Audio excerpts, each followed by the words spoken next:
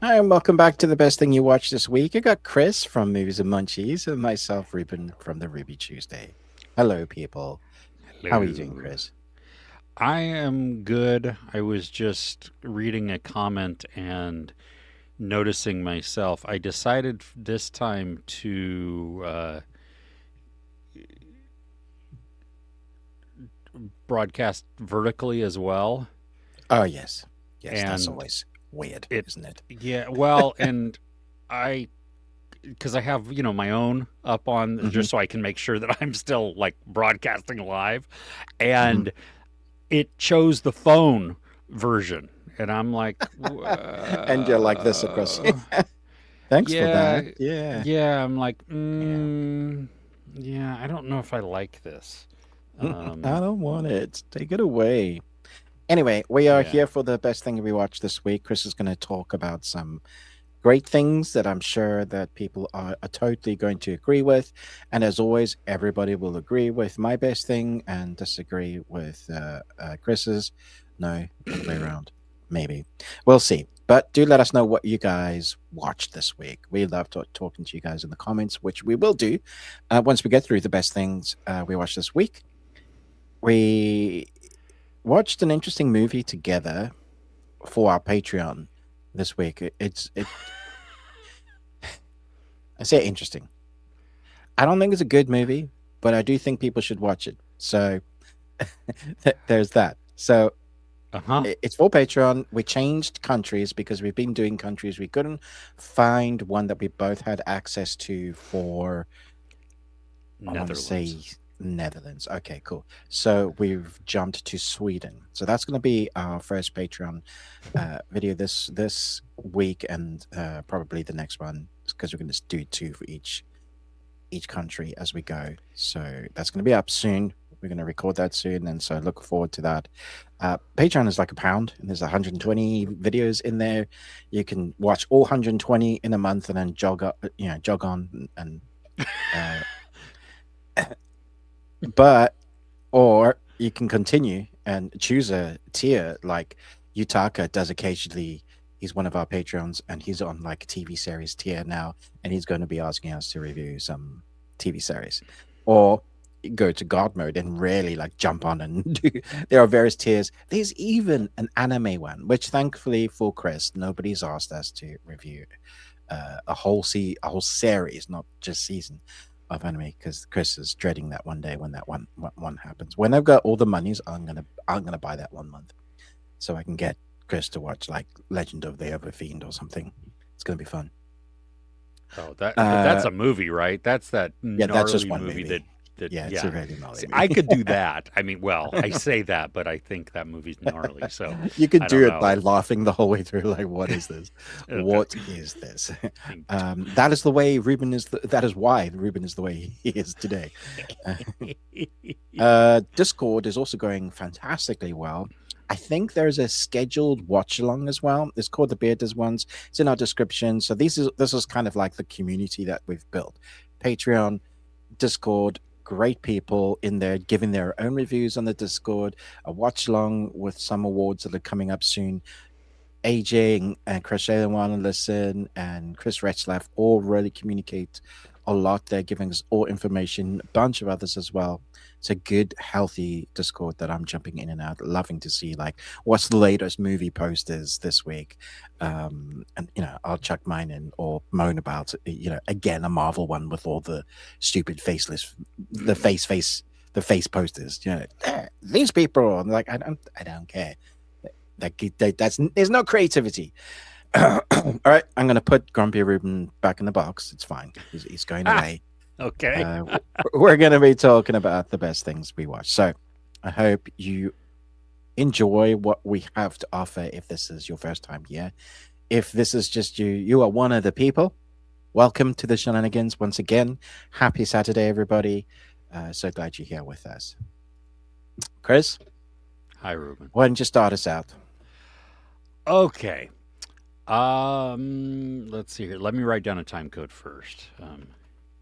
Okay. While you do that, um, why can't you send a duck to outer space?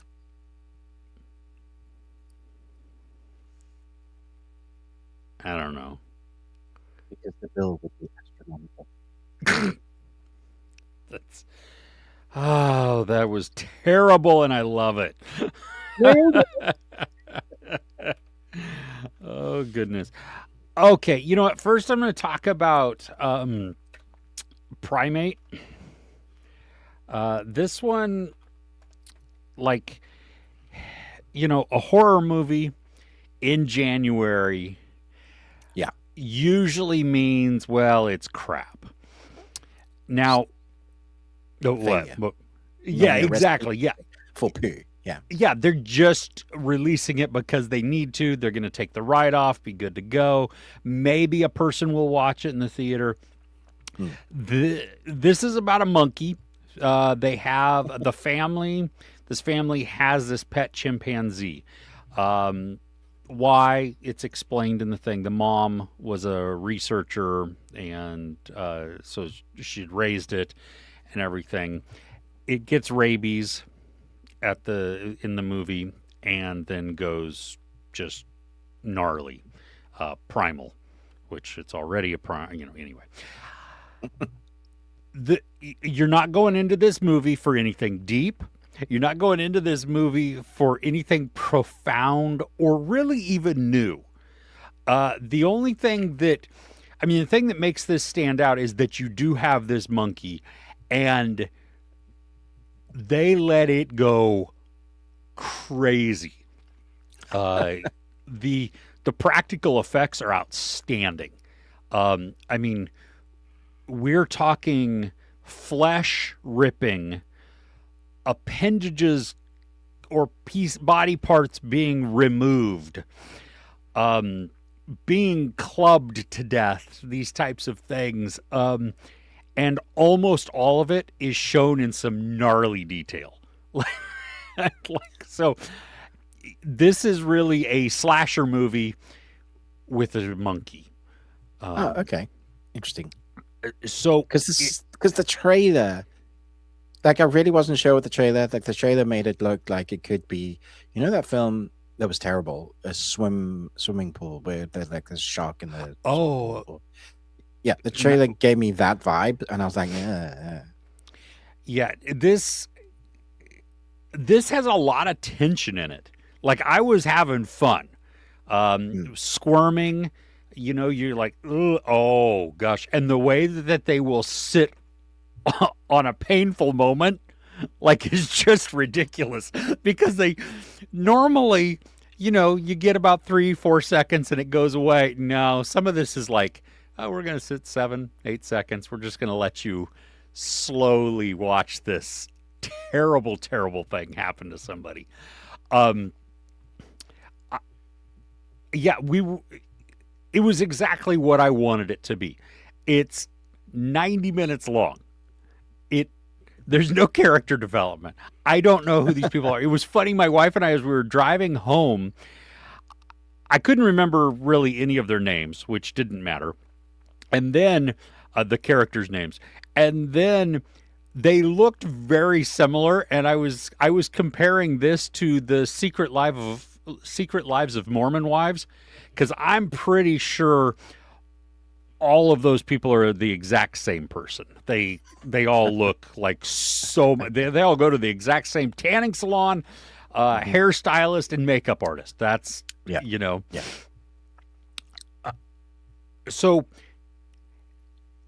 if you want just a bloody, gory, good time that knows what it is, and it's very concise, it dives right into the action, then gives us a tiny bit of like pullback, a little exposition through visuals to let us know why this monkey is going crazy, and then it's from there, and that's kind of what you want for like horror slasher film that knows what it is. Tiny bit of exposition, give me the gore, somebody to root for slightly, but other than that, I don't care. Yeah. The only reason you care about some of the characters is just because they're vulnerable. That's that's it. So, this doesn't come out though for you for a while, right? I don't know what's going on with the January releases for the UK because yeah, initially this was going to come out at the same time, right at the end of January now, Hmm. um, and even Greenland 2, which Yeah. has a UK release date of the 9th. It's we have no confirmed release date, like What? no showings anyway. Yeah, That that I makes no kind of sense. feel maybe like someone like Amazon have bought it for UK rights and they're just gonna just slap it on their streaming service at some point. Oh, weird. Yeah. That's bizarre. Huh. And Primate may be out on VOD in the US by the time, I because it's don't not a I big release. No, and I don't see this having like a really long time in the theater. I mean, I think No.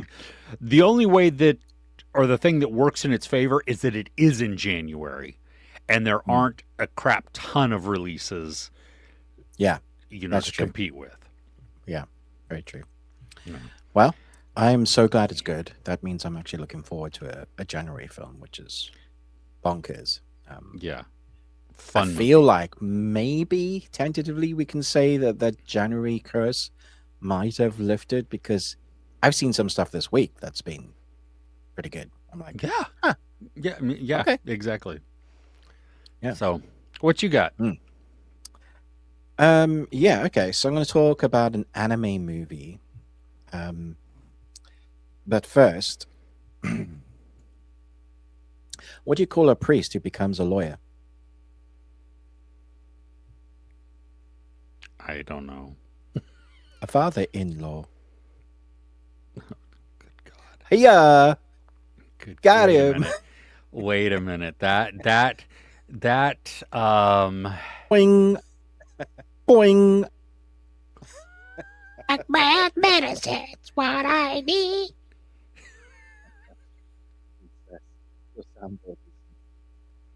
Bro. there you go. Okay.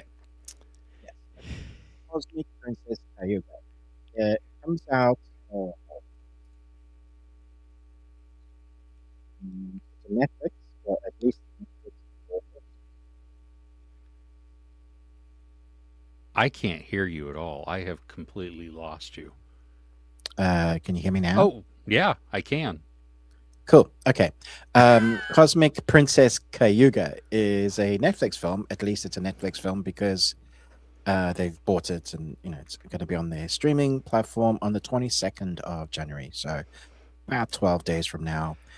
At first glance, this looks like, and the I'm not going to talk massively in depth about it because I really want people to experience the movie itself. But for people that don't really normally navigate to anime or animated films, I wanted to kind of give you an idea. Like at first glance, you look at the cover of this, it's like you can look at what's the recent Demon. Oh, what are they K-pop called? Demon Hunters. Yeah. So you look at the thumbnail, then go, that looks cute, and then you watch it and you're like, holy crap, there's so much more heart into it. This film does that, but this is a much better film than K-pop Demon Hunters. Now, I know people are going to be like, "What you talking about, Forrest?"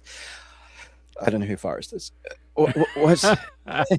So I like K-pop Demon Hunters, and I love the songs, and the message is quite clear. But it is also very surface level. It's like easy to read in themes, and that's great. The package and everything, and there's reasons why it's up for award. That is K drama, which is great. This is Japanese, and feels like a letter of love. Like someone that knows what anime is took years. Like I mentioned in my review, it feels like a games company that takes 10 years to make GTA 6 or Cyberpunk 2077. 10 years to make something that is a love letter. Now, hopefully, you're not going to feel like, oh, you've released it with bugs and you took 50 years to make it. No. This film is such a unique. It's one of the most unique rides I've had in anime for a long time, because it come across as a really cute slice of life story about a girl that's really focused on her studies, Her mother is elsewhere, her brother is elsewhere. She's kind of by herself. There seems to be a lot of this kind of reflection of slice of life of what people have to do in Japan just to get on. Like even young age, you could be without your parents, not because you don't have parents, but because life is so expensive and hard to live that they have to go out and work or away from home. And so the kids end up raising themselves, looking after themselves. And so you have this girl that's just focused on studies like so much. And her only kind of escapism is this VR world, which is close to reality as what we have. But think Ready Player One. But you take like your if you don't use glasses and you put them on your eyeballs, what do you call that? Contacts? Contacts, thank you. So contacts, but via VR contacts. Ooh, wild. Yeah, very cool. Very cool. I was like, that's actually like I could see that being real technology. Like it's not that far. And so there's a little bit of augmented reality with that, and then VR reality. And the VR reality stylized makes you want to play the game that she's experienced. So when you're watching it, you're like, I've seen this game. I want to play this. Tournament arcs, like you name it. There's singing arcs. Like it's a very sort of Japanese pop culture that they have going on here. And then the film manages to reference things that are so there's a specialized space for people that spend time in VR in Japan. And you have it all around the world, but like where people find communities, online communities, and it doesn't make fun of them. It rather showcases how a lot of people around the world are now using these digital spaces as their safe places, their community. And it really goes into depth without being preachy, showcasing where people are finding joy in life. And then you get the fantastical element of the storyline where she meets someone that isn't from Earth and is now her roommate, and she's now showing her the Earth world. She's a hyper, like, just hyper kid, alien sort of person that is wanting to test and taste and experience life in every format, and it sort of breaks out Kayuga from this kind of meaningful life, but she's not really experiencing life. She's just doing 9 to 5 working hard, forgetting that she's meant to be enjoying the life that she knows. So it has so many things. It's like it's very layered. And the more you watch, the more you're like, wow, I didn't expect them to go here. And then later on, you're like, oh, we're getting this part. The music is actually really good. They've dubbed it in multiple languages and done not just like light dubbing, but done the music, the songs, and all of that. It's worked really well. And then the style for each, so augmented reality has a different style as of animation. The VR style has a different augmented like reality of what style they want to use for the VR types of games. And then the beautiful animation for when we're in like her life from day to day. So it's slice of life, it's meaningful, it's VR communities. It was just so unique. I sat and watched with Remy, and they just the conversation that spawned afterwards was so like, I didn't expect this film to be this. I didn't expect the film to have much more heart. I came away, I started watching the film thinking, yeah, this is going to be fun because we love watching anime together, but I don't expect it to be more than that. And by the end of it, and it's long for an animation movie. It's 2.5 hours, which is Oh my great gosh. about the amount of time. Yeah. So, and I didn't feel it. Like I felt it in the sense of, how is this still going? Because this is an animation movie. This must have taken years to put together. And then at the end of it, I was like, whoa, that is crazy. Cool. Is my audio still dropping in and out? It did a little bit for yeah, but Okay. Am I but you're stuttering clear or now. different? Yeah, no, I can hear you. Yeah, Okay, cool. yeah.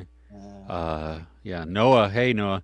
He watched saw this too, but didn't Nice. connect with it like you did.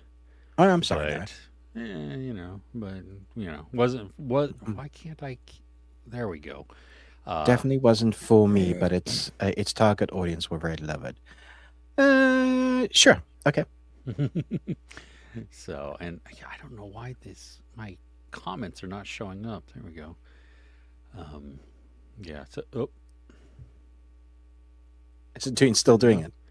yeah, there we go. Okay. It's just disappeared. Yeah. Okay. Crochet while and listen's gonna, is looking for. Oh my gosh. Yeah, it just keeps showing up and disappearing. Crap. Weird. All right. Stupid.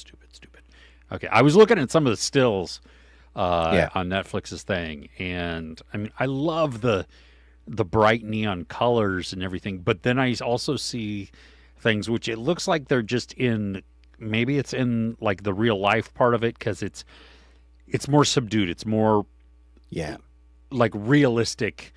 Yeah, they have these weird, and you feel it, the artistic presence of the various palettes that they're showcasing for real life VR, all of that, and yeah.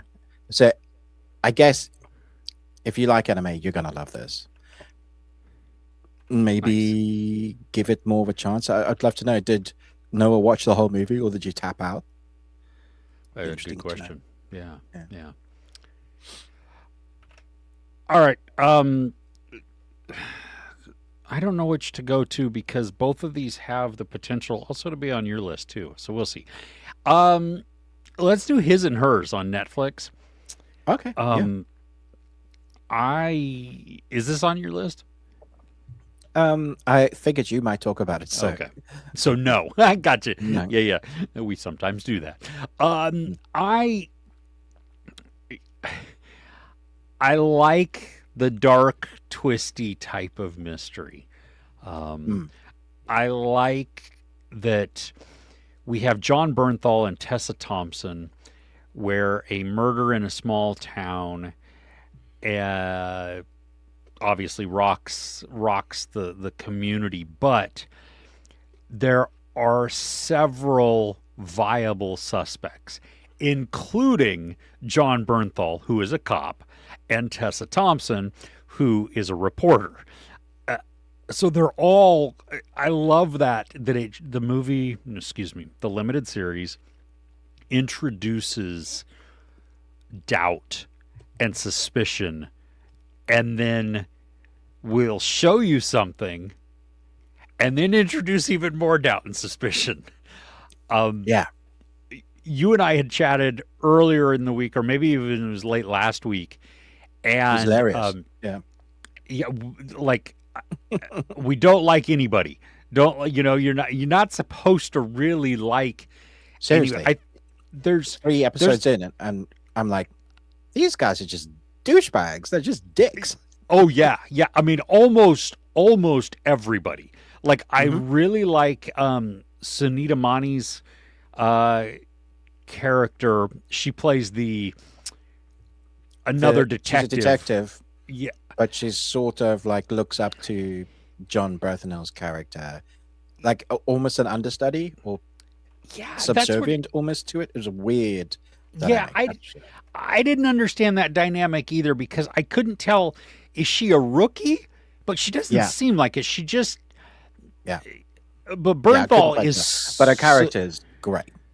Yeah, like, exactly. Well, and especially as enjoy a contrast with him too, because he is just, he's so erratic, so impulsive, so like, I mean, he is sketchy as hell. Yeah. And I hated that part, because I was like, am I meant to be rooting for him? I don't trust you at all, but you're the detective. brain in this. Well, and that's what I really liked. I mean, I liked that, it gives you these characters who on the surface are meant to be one thing, and then on deeper, the more we get to know them a little bit, man, maybe that's only 2 minutes later in the show, that it's like, oh no, this is why you should suspect this person. Now, for me and my wife, we figured it out 2 different things at the end of episode 3. I'm amazed you did, dude. I was like, at the end, I was like, no way. As they were revealing, I was like, what the crap? Oh yeah, no. I gotta say, I loved the ending. Like, I was happy with it, and I'm totally with what this person did. Yes. Yeah. Yeah. No spoilers. Yeah. Agreed. Now, even though we figured it out, okay, there were still moments here and there as we went along for the remaining 3 episodes where I was like, oh, well, maybe. Because it does point at everyone, basically. It does. I mean, it's just like, like, you see this person? Ah, they're a suspect. Oh, but what about over here? Yep, them too. And so it was still a lot of fun. So even if you do, if you're watching it and you think you figured it out, or even are confident that you figured it out, there's still those little insertions of like, maybe not. I don't know. Let's see. And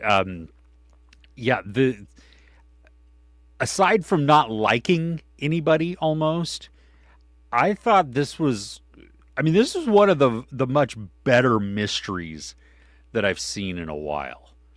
Well, definitely from Netflix. Netflix churn out these like miniseries, and a lot of them are like the starting points for continuations, and then sometimes they just don't get a continuation. Yeah. But this is a limited series, a one and done. And I got to be honest, I see John Berthnell, I'm like, I'll give that a go, because generally he's very good. He's very charismatic. Love him as the Punisher.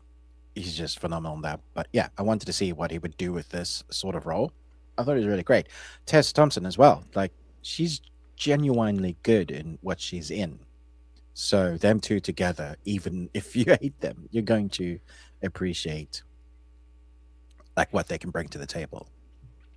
The tension between them also is... But there's a trajectory of character growth, even though it takes some time. But when there's a eventual, okay, we're finally going to sit down and have a conversation, it was electrifying. One scene between them particularly, I was just like, wow, great scene. Like kudos, guys, well done. Yeah. So it makes me excited to read more of Alice Feeney's novels. Yeah, for sure. Yeah. To check out some of these, because I've never, this is my first experience with her stuff, and I'm like, okay, well, usually the adaptations leave out stuff, True. Very and true. So who knows what else was in there? How many other characters did they point to? Yeah, exactly. Oh, goodness. All right, what's next on your list? Talking about books, we almost we're in the last 2 hours of Project Hail Mary. Oh, we're trying to figure out how they're going to wrap it up, because it just feels like there's too much to do. So I hope it ends well. Does it end well? It does. Okay, good. But I will never forgive you if a particular character dies. Just saying.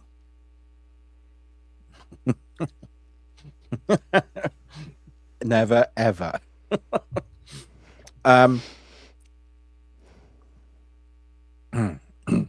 What happened when the French cheese factory exploded? French cheese. There's something about blue in there. I don't know. Debris was everywhere. Oh.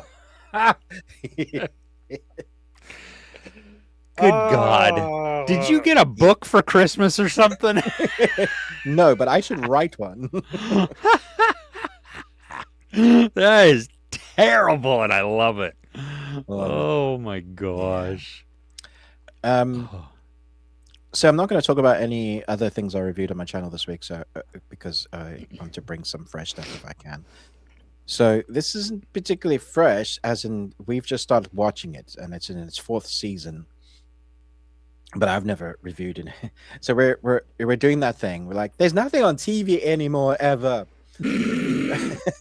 There is. You just have to find what you're in the mood for, and collating them in the thousands of different streaming platforms that there are is takes about an hour. And by that time, you go back to something else you've watched, because you're like, this is too hard. I can't. I've done all my decision making for this week. I refuse.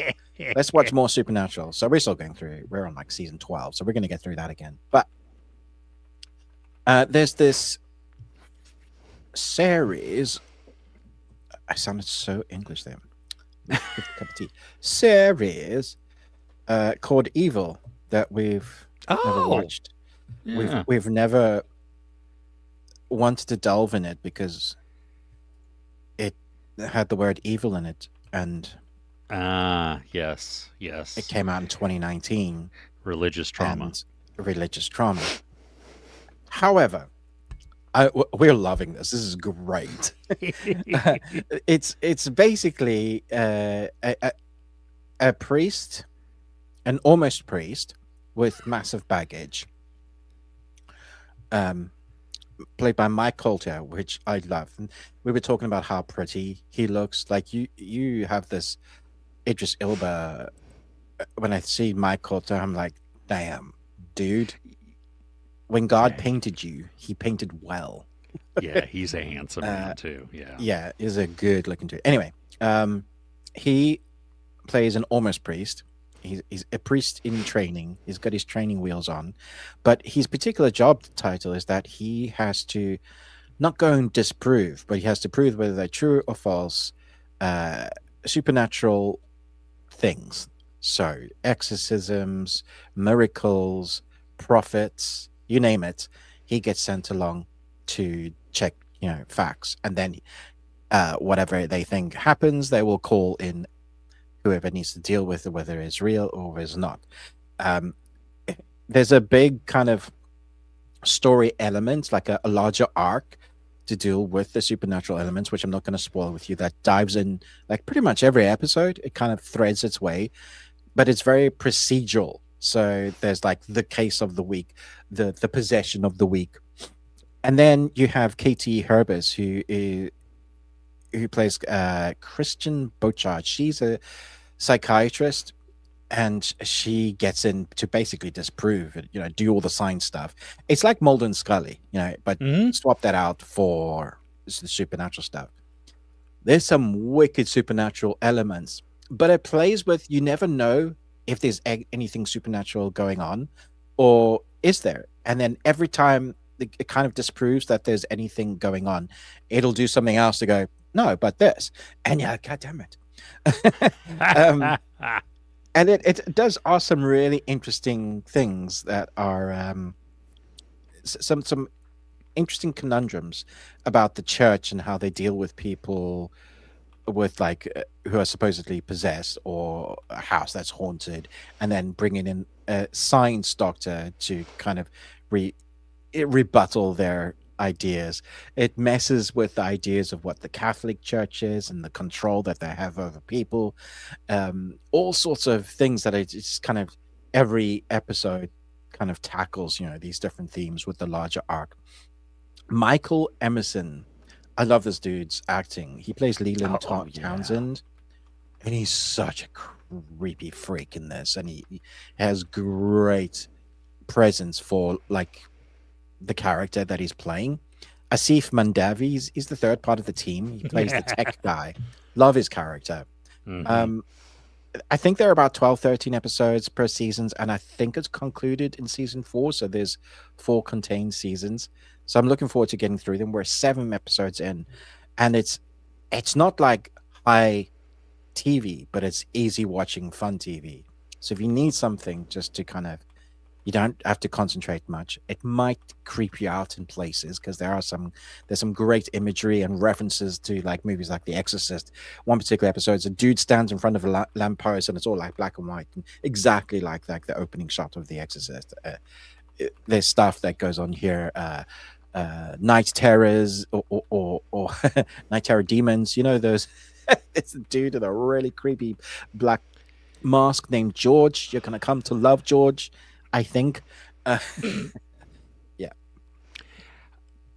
How far did you get into it so far? 7 episodes so far. Okay. You made it farther than I did, not because I didn't like it, but because we were also late to it.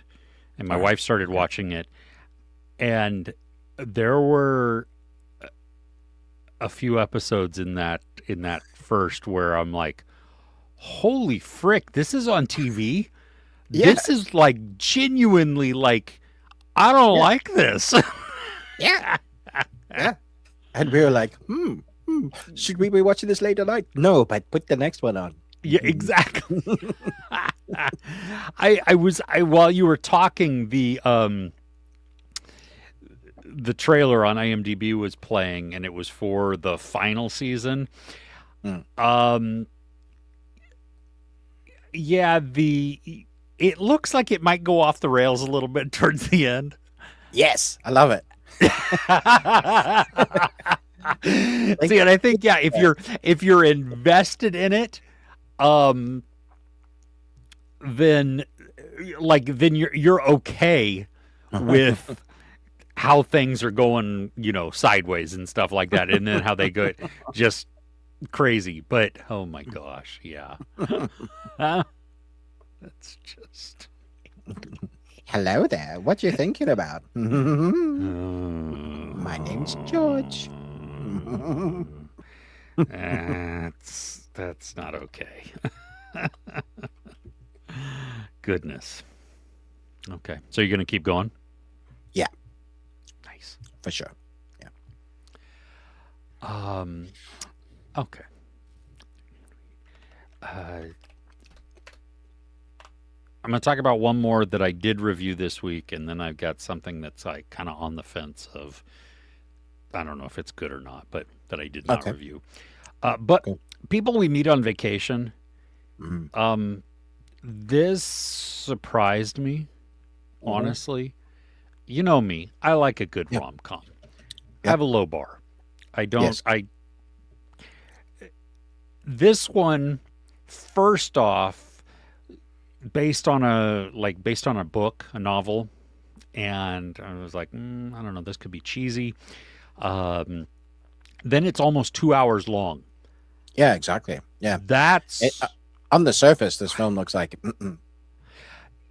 Yeah, that was. I mean, that was I was like, oh, how much are they gonna stretch this out? I don't know if I enjoy this or not, or if I'm gonna like that. Oh. This is going to be a regular watch for me. The two characters meet in college, and they are, I don't know, oil and water a little bit. They don't... Very much oil and water. The opening scene where they meet each other, she's getting a lift, and she just won't stop talking, and he's just so calm and quiet, and I was like, wow. Well, opposites. She shows up an hour late, and he goes, you're an hour late, and he waited, which was crazy. But she's like, you said 8-ish. It's 9. Yeah. You immediately get the characters. You're like, okay, you guys are not going to be best friends, and yet see, that's what I loved. The sweetness comes out, that both of them grow in different ways. I think, she is much slower on the uptake. I think she comes across, at least, way more selfish than he does. Just because, and I'm not sure that's accurate. She just knows what she wants. You know what I mean? And she has chosen this path. It works with her job. It's how she got her job, the whole thing. And so it's not really a bad thing. It was just kind of hard to connect with at the very beginning. The other thing is, this is told mainly through flashbacks. Yeah. And at different summers. Yeah. Yeah. And it ends up working. Yeah, I agree. Yeah. I wasn't sure at first when they kept going, and previously, many years ago on this vacation summer. Yes. I'm like, really? This? How are you going to make me like the characters in the present of most of the movie? But it actually ends up not... I wouldn't even class it as a flashback. It's more like, hey, we're now going back to this time in their lives. And this is where the film is now. Like you, I thought it actually ended up really helped me understand where they were in the future. Really, I'm just describing a flashback, but it's different. It works out. Yeah, the the conflict, the tension, all of that plays into where they are now. And even there's a tiny bit of what is it? The like a mystery. Not mystery. There's an unknown, because there is a tension between them that is unexplained for a lot of the movie. But that's what it is. It's leading up to that. It's so that you can all you can see that. So I don't know. I really began to enjoy the characters, their banter, the awkward comedy and situations that happened between them, that also then mixed in and made them very sweet and very charismatic, and just, you wanted to see them together. You want them to recognize what we've seen, for quite a while. There's a bit of slapstick as well, which I appreciate, like slapstick comedy that works its way. And I think they sell it really well. It made me laugh a lot. Like, I appreciated it more. I do think it's very predictable. Like, you know exactly what's going to happen. I literally said, "Oh, the rain scene," and lo and behold, the rain scene. If you had a bingo card for like romantic things that are going to happen, you will take everyone in this. But you don't hate that in this. Some films you're like, please don't be so over the top, trope heavy. It works here because the characters, you love the characters. Absolutely. It is. I'm like, seriously, I will watch this many, many times. The scene, the flashback to New Orleans was what really, like, I just loved that whole one, because it just, it really showed all of their, without spoiling it. I mean, it just, it you see them finally both beginning to recognize something, even though that's not the end of the movie by any means. No, not by a long shot. Yeah. I'm all done with. Do you want to talk about the thing we watched together, or do you have something else? Do you want to? I have one more that I want to just. I'm torn because this isn't absolute poo, but it's also. It's close to being poo. It's on the fence there. It's squishy. Yeah, it is. It's yeah. It's on Screambox in the U.S. Came out last year. It's called Self-Help. And the funny thing is, like, I'm watching it, and one of the characters in this, I'm like, crap, you look really familiar. I know I've seen you someplace, but I can't place it. Madison Lintz, who is one of the main characters, she plays Maddie in Bosch and Bosch Legacy. So she's his daughter, Bosch's daughter. 82% in Rotten Tomatoes. Self-Help? Yeah. From 2025? Yeah. We can't be talking about the same thing. R-rated, 2025, 1 hour and 25 minutes. Good yeah. Horror mystery thriller. Yeah. Oh my gosh. Yeah. Okay. Okay. Talk about paid reviews, man. Wow. Yeah. Okay. So you have this girl who goes home to visit her mom, who she hasn't really talked to a lot, and find out the mom is dating, married, close to whatever, this self-help guru type thing. But it's weird.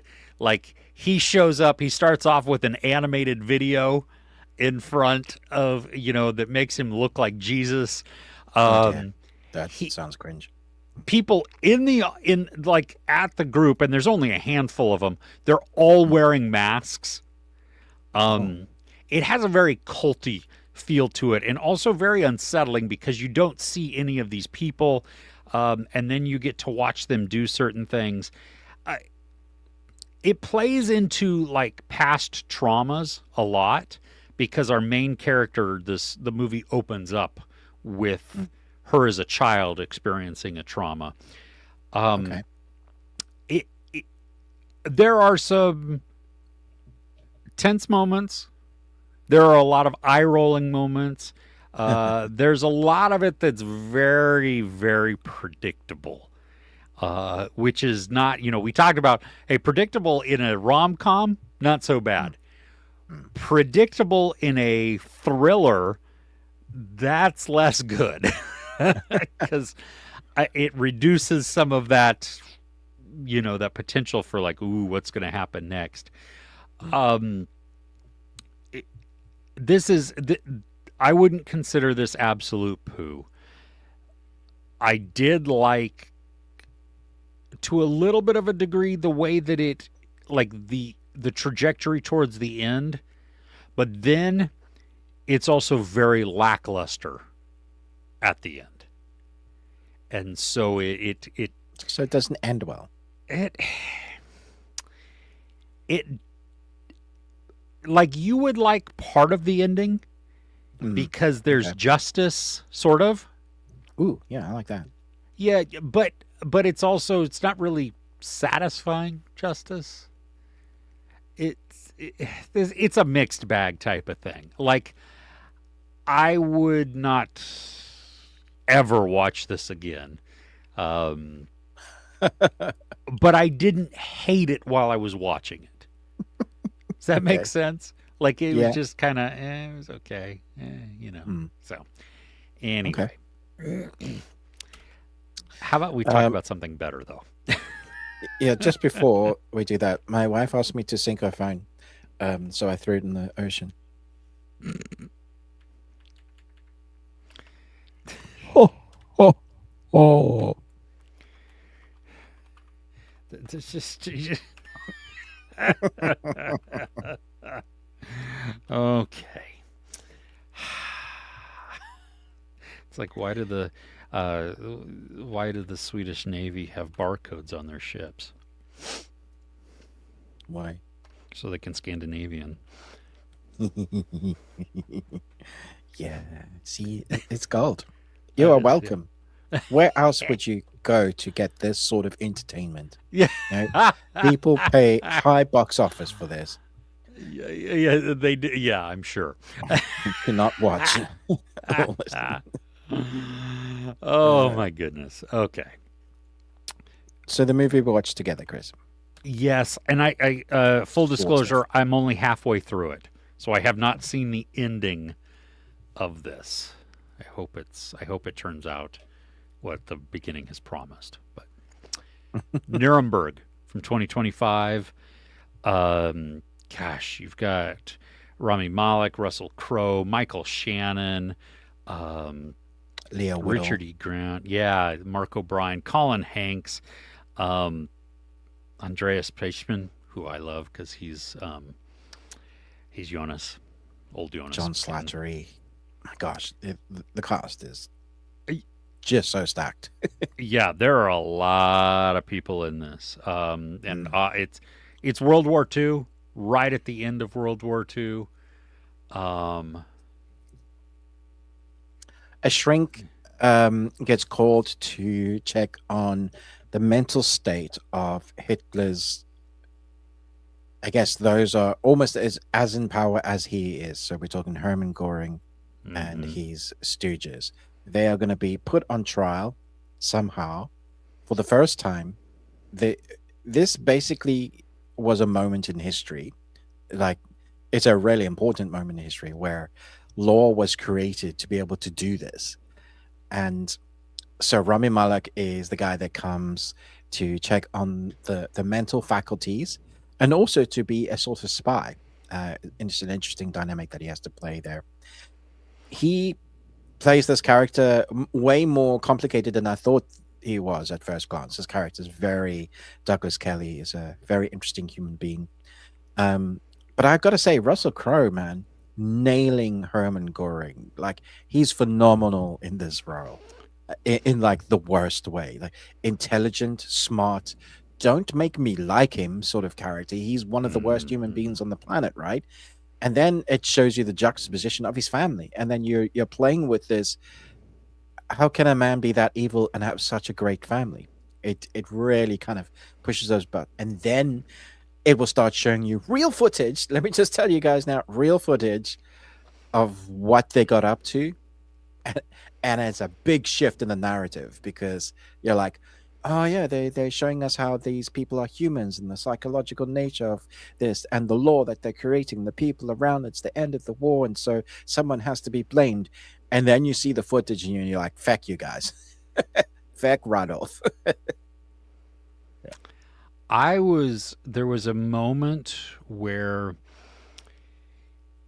Malik's character is talking with Russell Crowe, and he was asking, like, how do you even follow a man like this? You know, how did you begin to see, like, what made you follow after Hitler? And I don't, like, obviously, I don't know how much of this has been dramatized. You know, I mean, you know, I don't know if any of this is actually, you know, some of the, like, was there a psychiatrist there or anything like that? I mean, I know that, you know, they're taking real things and real people and real events, but how much of it is known and not known and just filled in for dramatic purposes or whatever. But the dialogue that they had was really powerful because it was talking about how it was after World War I and Hitler was in a small cafe and he made Goering want to be a German again, like proud to be a German, no longer ashamed of being a German, feeling the pain of being, you know, all the reparations, you know, that going to bring Germany back to what it was. You Make know, Germany great again. Yeah, exactly. And it was kind of horrifying, the parallel. And oh yeah, I was like, holy crap, that is now. That yeah, wow. Yeah. Alarm bells. If alarm bells hadn't been ringing, they would be then. Yeah, and it was wild, you know, and it was very timely, I think. There was, you know, intermixed with the real footage, they also did some things that I thought was kind of weird. Like when we get to see, is it Rudolf Hess? I think that when there's a flashback type of thing, and I love that anytime they're using the real footage or something that's not like current within the narrative, they go to like a 1:1, a different ratio, aspect ratio. Yeah. And when they're showing Rudolf Hess to explain who he is, it was like an old film. It was colorized and then it was sped up, and it was for me, that one broke me out of seeing the real footage, the new, you know, that had been there. And so it was just kind of bizarre, not terrible, but it was like, this is almost comedic. And I don't know if that's the right tone, you know? Okay. It's long. It's 2.5 hours. Yeah. And for the subject matter, understand they wanted to be in depth. But it's heavy, and it's heavy long. And it's not like it's an action war movie about World War II and people eventually overcoming. This is just about the worst parts of the war, the worst people, and then kind of digging all of their dirt up, which makes this a platform, a 2.5 hour platform for listening to them justify why they thought they were doing what was right and doing the most horrific things and killing 6 million people. So yeah, it weighs on you. Because I haven't finished, but I am going to go back to it. Are you satisfied with the ending? The way that Yeah, it's a very good ending. If it's factual, then it will make some people pissed off. But yeah, because I didn't know much about the man that this film focuses on, the Russell Crowe character. Mm-hmm. Yeah, I love the performances. I thought they were really good. Whether this is factually based or not, yeah. I can't say that I'll ever watch it again. I think watching it at one time is fine, but and I feel the same way about other high Oscar winning films like Oppenheimer. I don't feel like I'll ever watch that again. I know it's a masterpiece of like cinema and telling a story about a moment in history and time, and these stories need to be told. But it's not one that I am ever eager to go back and watch again. So, yeah. Yes, I agree. Okay.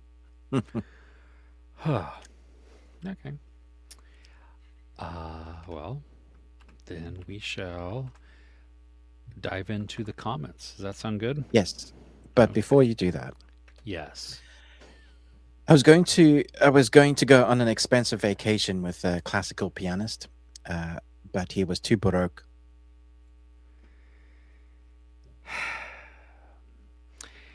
Shower me with praise. As I say, if it is not Baroque, don't fix it. Don't fix it.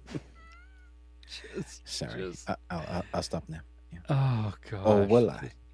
Oh yeah. Goodness. Yeah. Because while I'm listening, enjoying our thumbnail pictures. That's good. Thomas, hello. Hey, Thomas.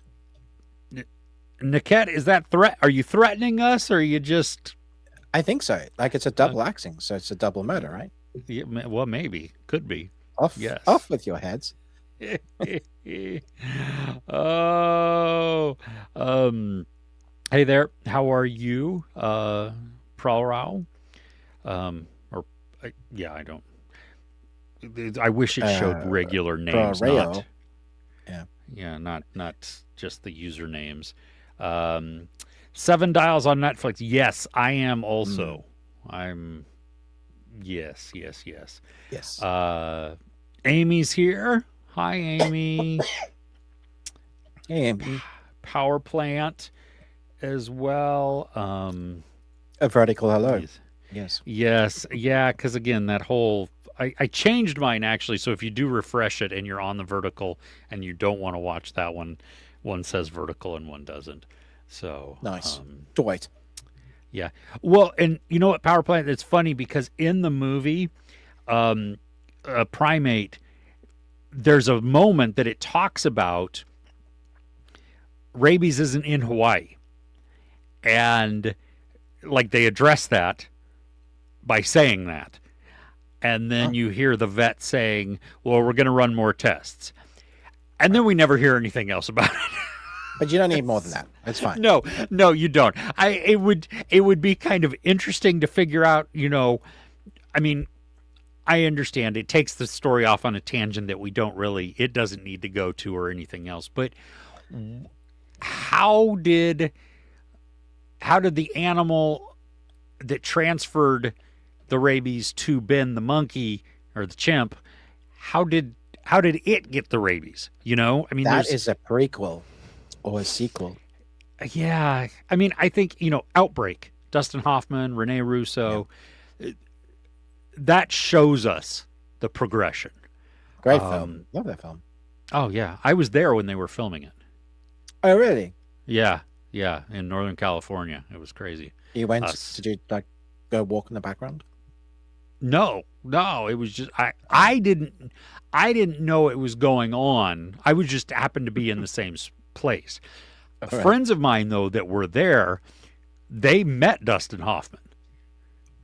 Wow, was he nice? I think so. I always wonder if he's nice since he's a little cameo in my favorite rom-com of all time. Can't go anywhere. Oh yeah. Every January 2 or 3 schlocky horror gems. Yes, and this was the fun one. So yeah. Oh, Thomas is going to see it tomorrow. You damn dirty apes. Yeah. Nice. That was the perfect time for that. Yes, I hope you have fun. It's just for what it is. That's Yeah.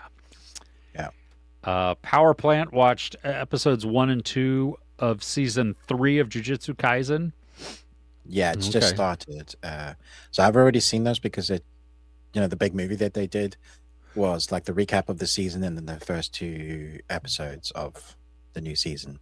But I'm so looking forward to watching the new episodes. Nice. Pit season 2. Oh.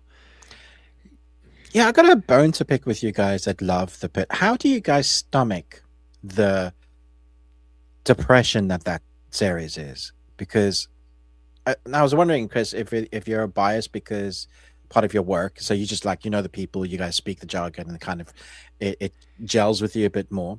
I love medical dramas, but this one, it's so well acted, but it's so heavy. Like I struggle to get through one episode. I'm like, dude, is there any sort of light at the tunnel at these guys?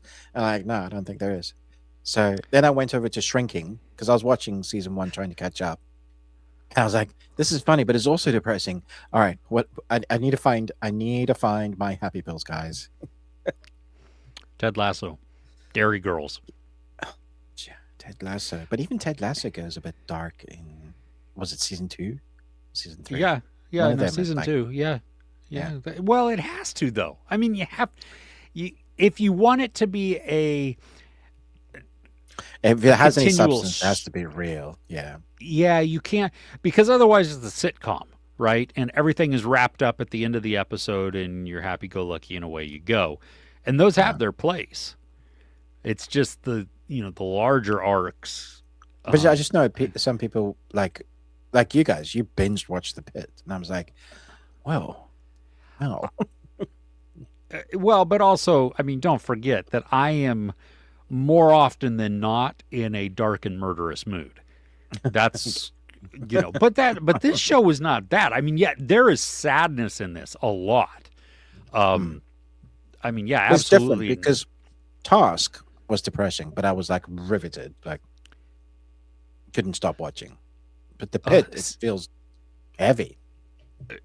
Oh, it is. But see, I think Task was, for me, was more of a like depressing type of or oppressive type of feeling because there's less people to focus on and we see where things are going.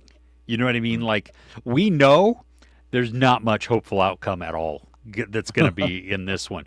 But The Pit, some people are cured, some people are saved, some people are, I don't like how real it is because the medicine, you think doctors are good at what they do, and they are, but it shows how far we haven't come as well. Like, we should be able to save them from that. Yeah, we can't. Cool. All right. Yeah. Humans are just squishy things that if you squish too hard, you're dead.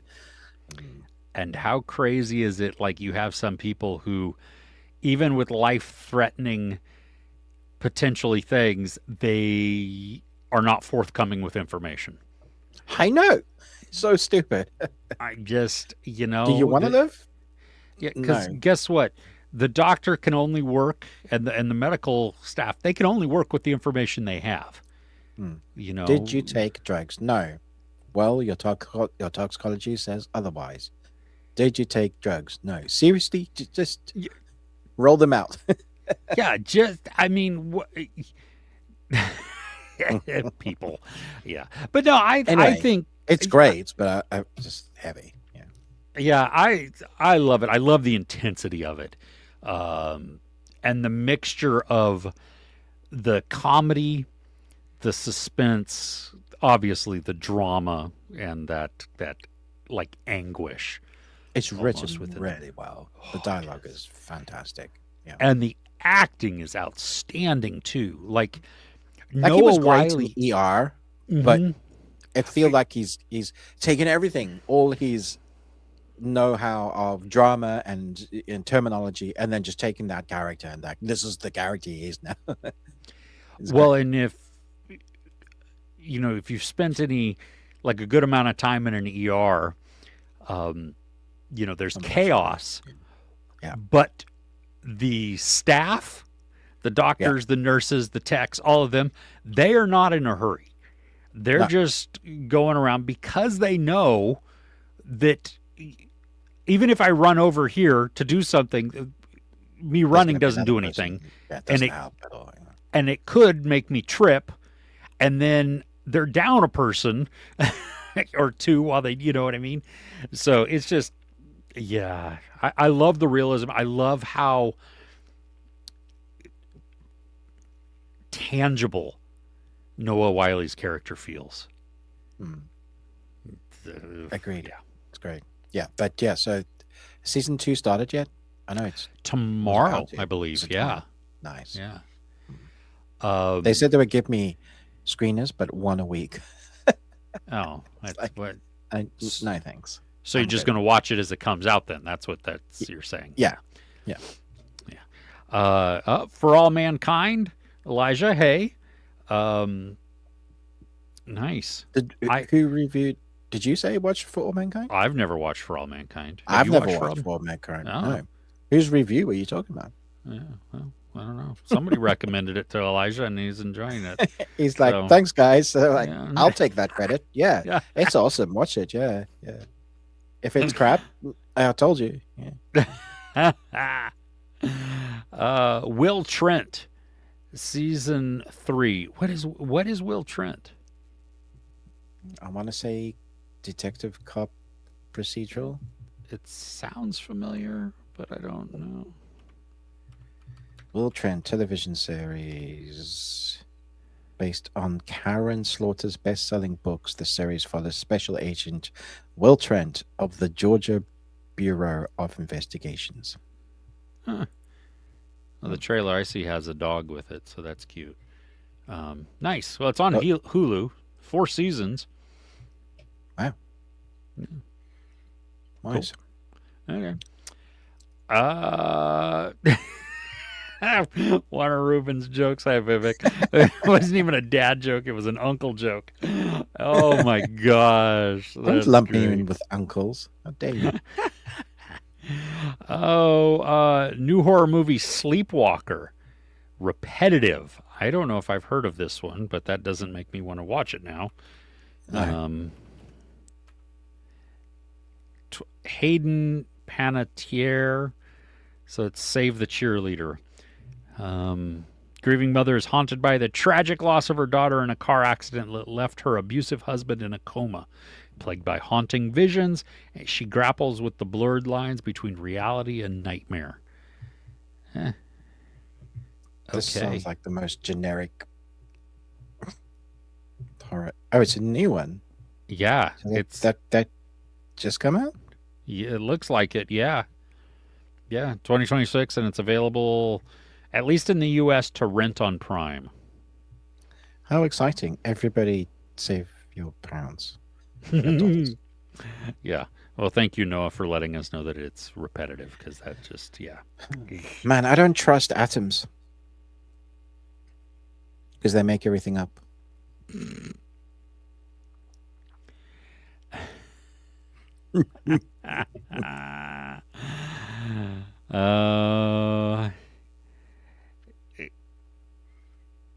You want to watch The Pit next? It's just that Will Wheaton is so unlikable.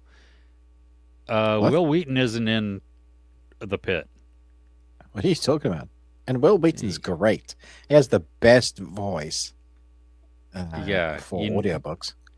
Yeah, you need to listen to Ready Player One. Yeah, so good.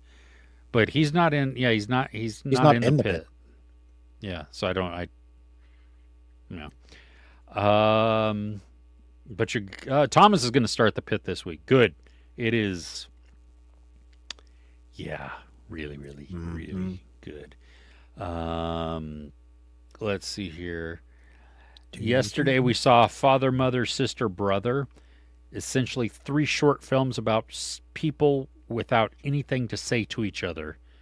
And it ends with a sing-along, maybe? Sing-out? Oh, wait. It ends with a song about people without anything to say. Great. That I'm not sure I want to watch that. Is that an endorsement, Thomas? I'm not. I'm struggling. I don't. Okay, that doesn't make me want to see it. Let me just say, yeah, that about people with. Yeah. The real question is when does a joke become a dad joke? When the punchline becomes apparent. Apparent. Okay. Yeah, that was not. Amy binged the Night Manager. I need to go back to it because I don't remember. I can't believe it's all 10 of it. years old or something ridiculous. It is, isn't it? That's mental. Yeah. It's such a great series, though. Like, kind of jealous of Amy having to watch it for the first time. Really tense. Yeah. Yeah. Well, now she's all geared up for 2, so that's good. Nice. Okay. Yeah. Okay. Good. So it wasn't just my connect. I thought it was my connection that. How long ago was that? Is it fixed that was now? a while ago. Yeah. Yeah. No, Okay. you haven't. It's. Yeah. You're fine. I don't know why that was doing that.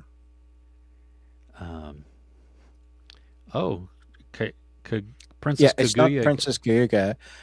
So there was Princess Kayuga with Studio Ghibli, and there's the original folklore story that is Princess Kayuga. This is Cosmic Princess Kayuga, so different movie, but similar themes. Yeah. Oh yeah, Copenhagen Test. Watch on Ruben's recommendation, quite good. Like a mix of The Truman Show and Born Identity. But that's a great way to explain that. Love that. That's fine. I've got to go back to it. I enjoyed what I saw. One battle after another. So good, but I had so many emotions and was absolutely exhausted as an empath. Feeling mostly angry. Yeah. Oh man, yeah, I feel that. Yeah. The first 45 minutes it's tough.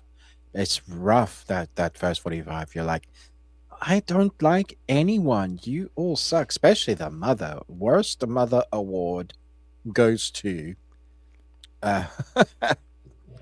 or partner.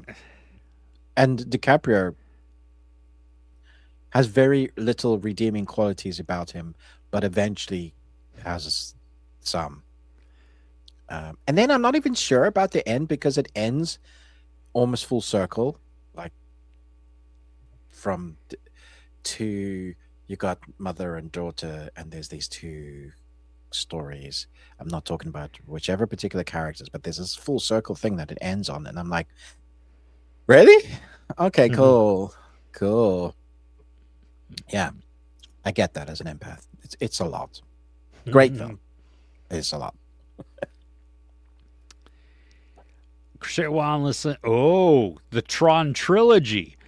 Tron, then Legacy, then Ares. You like Wait, Ares I'm as much sorry. as I'm sorry. Tron Legacy at 3.5? I'm sorry. No, I'm done. I can't. That's one of my favorite films of all time. Yeah, It's in I my would top put 10. I would put love that. Legacy much higher, but yeah. 3.5. You. I feel attacked. I feel triggered. I mean, it's okay to have your opinions, even if they're wrong. Okay, but also watched a Swedish sci-fi. Watch the Sky. Sort of mystery about a girl who thinks aliens took her dad. I've not seen this, but it's on Prime in the U.S. Interesting. Chriselle Wine, listen, how did you stumble upon this? Where did you? Yeah, that's what a really made you interesting one to find. Yeah, what made you want to see this or even watch it? Did it just show up on like a recommended list or something? Okay, I'm gonna put this on the list. Although, because 3.5 for Tron Legacy. Well, I just said it was 3 out of 5, so I mean it. True. Okay, cool. Yeah, I'm not selling it huge. This, guys. Yeah. Yeah, definitely stay away from the news. Oh, Um, gosh. Yeah. yeah. Reacher season 3. Oh, him with that giant that Oh, just when you thought you couldn't find a bigger guy than Reacher, they did. They really did. Yeah. when He's a he giant. looks normal sized, that's Yeah. freaky. Yeah, That- man. He's great. Yeah. Yeah. Good fun. I like the Reacher series. They're good fun. Yes, now that season 1 is done with and we've moved on to actual character development. You shut your pie hole. Yeah, no. Uh, oh my gosh. Power Plant's aunt lived like the characters in one battle after another her whole life. Oh my Ooh. goodness, that Is is that triggering? wow. Yeah. Oh yeah. Hey, you know what? His and Hers is it's a good weekend binge too. That's because it's over and done with. 6 episodes, nothing more to continue. Yeah. So, did you watch my review and go, I'm not sure about that? And then watched Chris's review and go, yeah, okay, yeah, that looks all right. I don't trust Ruben. Look, I'm wearing my tuck. Everything I say should be taken as biblical fact.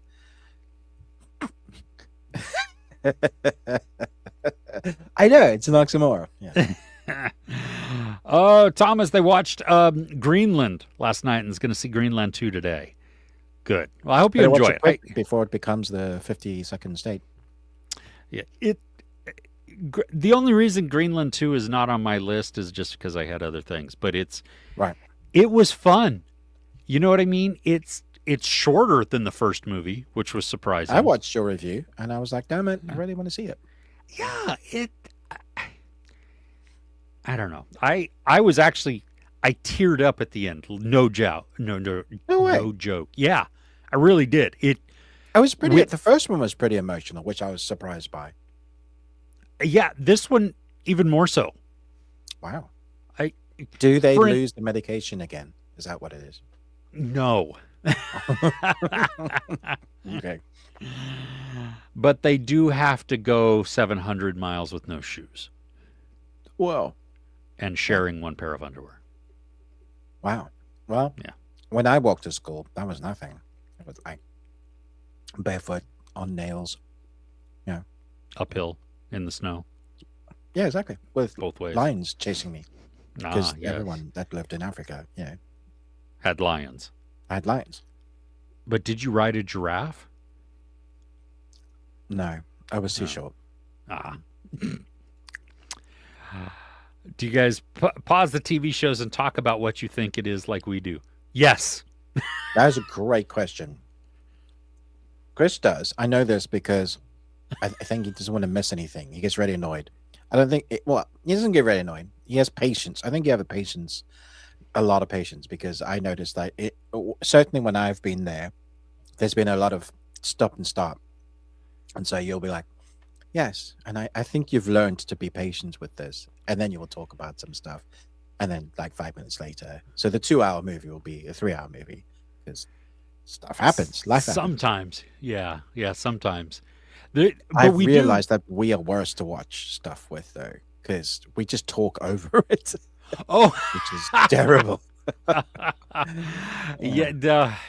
If it's a quick comment, then it's not worth pausing. But a lot of the time, if we like when we were watching His and Hers, now it was at the end of the episode, but then a few minutes into episode 4, I paused it again because then it was like something was said or something, and I'm like, see, this is why, But see, at least that's fun. Like, it's referencing the thing that you're watching. But we'll be like, hey, I just saw this thing. And we're like, yeah, that's cool. Yeah. Or I'll go on a tangent of like, I know that actor. And then it'll be IMDb. And I'll be like, hey, they were in these things.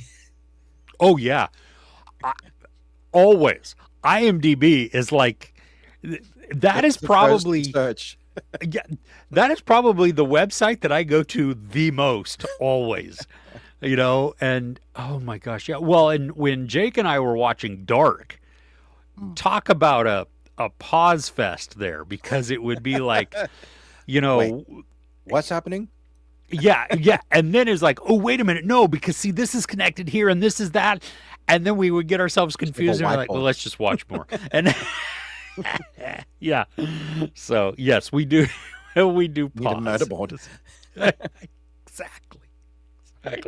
Like Charlie Day, you know, the Oh, yeah. the thing all over. Noah's looking forward to Finding Her Edge. Oh yeah, Netflix. It looks, I think, if I'm not mistaken, it's like a ice skating. It's a teen ice skating drama that is in the wake of. If you're going in it to watch a lot of ice skating, there isn't a lot of ice skating in it.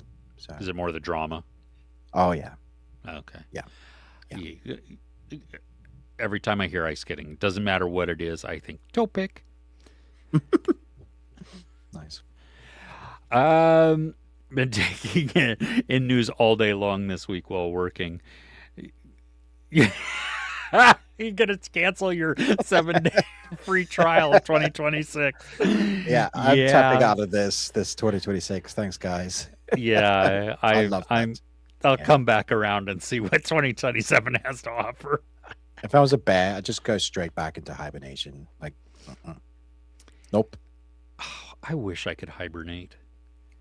Just wake me up when the world is better or we've destroyed ourselves. In which case, you don't need to wake me up because I'm dead. I'm fine by like going in my sleep. Great way to go. Great, yeah, I would think so too. Right? Yeah, just a really long nap. Really long nap. Yeah. Greenland 2 seems like such a Roland Emmerich movie. Yes, absolutely. Absolutely it is. Yeah, it's a post-apocalyptic. The first one was, but it was lower budget, but somehow was better than a lot of the world-ending movies that were coming out the last few years. That's what I remember thinking. Wow, small budget still has more heart than some of those other big blockbuster world-ending movies. Yeah. Oh, in Greenland 2.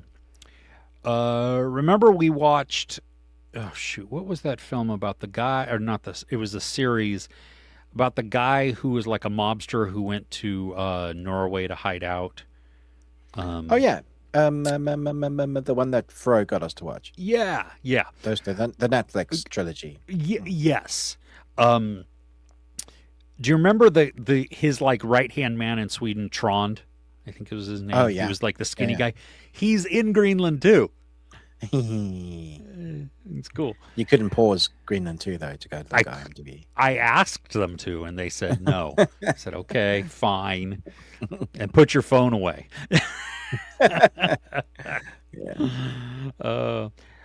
Finished all 3 seasons by Jack Campbell. The Lost Fleet, 15 books. Holy jeez. Great space opera with good battles and weird aliens. Blackjack was lost, then found in stasis 100 years later. That's crazy. That's a weird sentence afterwards. What does that mean? Blackjack was lost, then found in stasis 100 years. Maybe that's one of the characters? Maybe. Did you just give away? Or maybe that's how it starts. Okay. I don't know what Blackjack means. I think it's a character because it's called the Lost Fleet. So maybe that's what it is. Like it's the main character. How it begins. Blackjack was lost. Oh, okay, I see. Yeah, so yeah. Blackjack is the main character and was in stasis. Found woken up like what's her face and aliens, and now they have the knowledge to save the universe. Just spitballing here, guys. Oh, okay. Let's see here. Sorry, I'm reading ahead in the comments, but let's see here. See, to your French cheese, it blew up. Sacre bleu. Yeah, mute him. Joke so bad it's funny. Oh gosh, yes. Let me see if this is a. Talking about the books. I'm reading a book on the history of glue, but I just can't seem to put it down.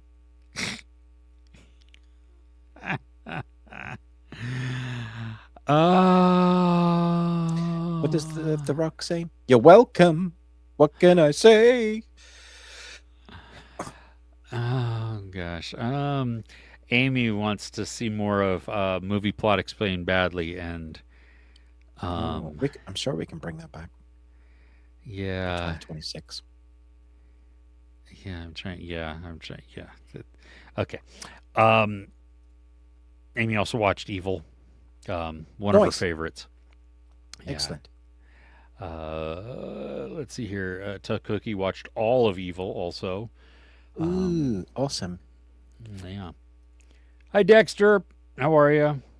Dexter How's the Morgan's in room? the house. Who did you off this week? Well, they deserved it, I'm sure. I'm sure. Oh, they produced The Good Wife, the showrunners of Evil. Oh. They produced The Good Wife, the sequel of that, and even Elsbeth. Yeah, they're good writers. They know how to write character. Nice. Yeah. Waiting for a Night of the Seven Kingdoms series on HBO. We watched the trailer for that, and we were laughing. We couldn't believe this was in the Game of Thrones universe. It came across like a teen drama. It was so weird. It's such a weird vibe. I was like, seriously?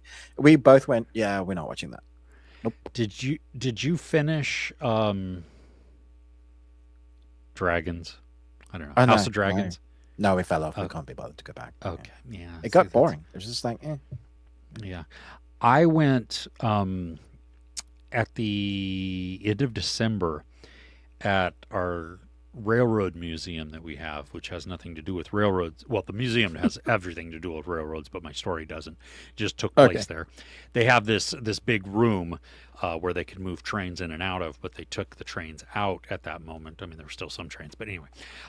It was a candlelight string quartet that played Lord of the Rings and Game of Thrones music. Oh, that's awesome. Spectacular. It was so great. That was fantastic.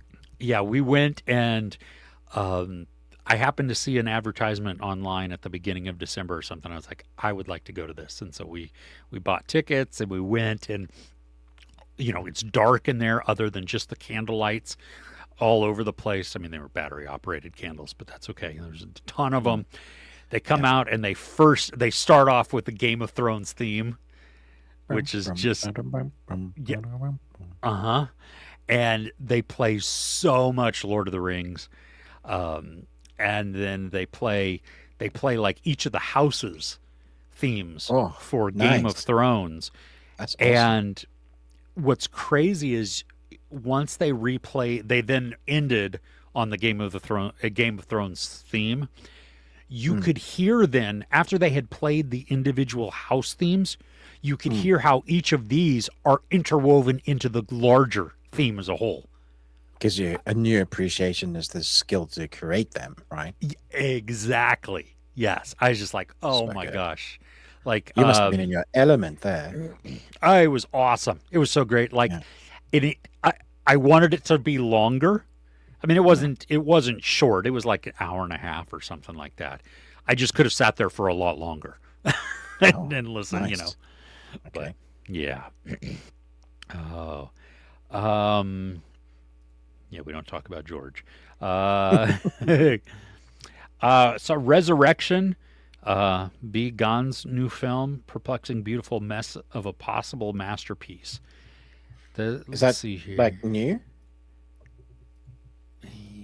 I don't know. It sounds maybe. Oh, there's a 2025. I think that's it. Film, Japanese film. Oh, that is Beacon's one. Yeah. Okay. Cool. Huh. Let's see. All right. In a society where people stop dreaming to extend their lifespan, some dangerous individuals still dream, warping the fabric of time. What?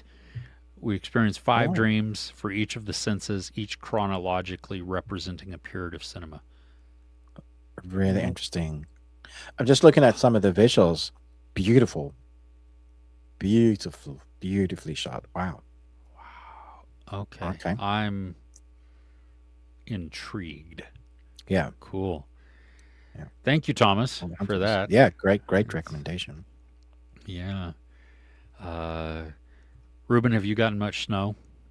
No, we had like it threatened a dusting, but where my son Samuel is at uni, loads. Yeah, and like danger to life weather warnings as well. They had this like literally schools and shops shut for 5 hours because of the wind. It's like over 100 miles an hour or something ridiculous, which is weird for the UK. I'm sure that's like, you guys, what? That's the breeze for us. But yeah, so around the UK, we've had some interesting weather recently. None here, unfortunately, because I wanted them to make a naked snowman, which is just a snowman.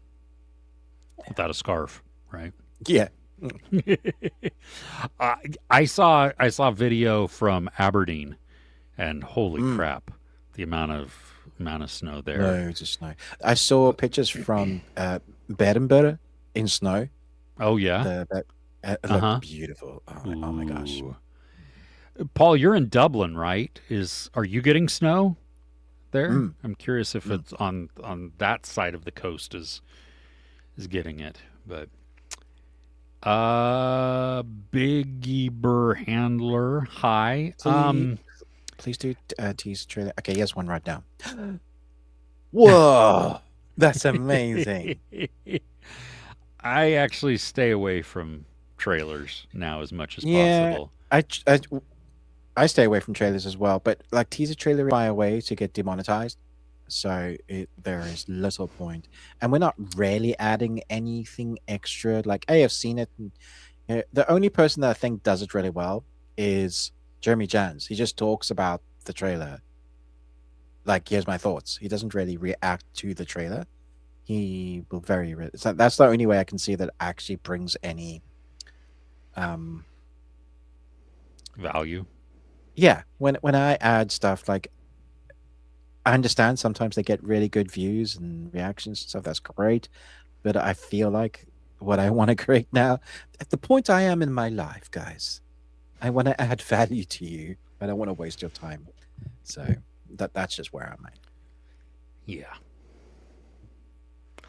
Ella watched some stuff this week. Oh. The Long Walk, Phoenician Scheme. Scream. I want to scream. Yeah. Don't Worry, Darling. Coyotes, Triangle of Sadness, Eden, Project Silence, Let It Snow, 9 Bodies in a Mexican Morgue. That last one I really, really want to see now. Great title. Did you just say Coyotes was good? Is that the one you and I watched together? Yeah. With Justin Long? And, yeah, your wife was there as well. And we were like, that's a terrible film. And you're like, it's not that bad. I'm trying to remember it. No, I don't feel it was a terrible film. Yeah. Let me see here. I'm trying to...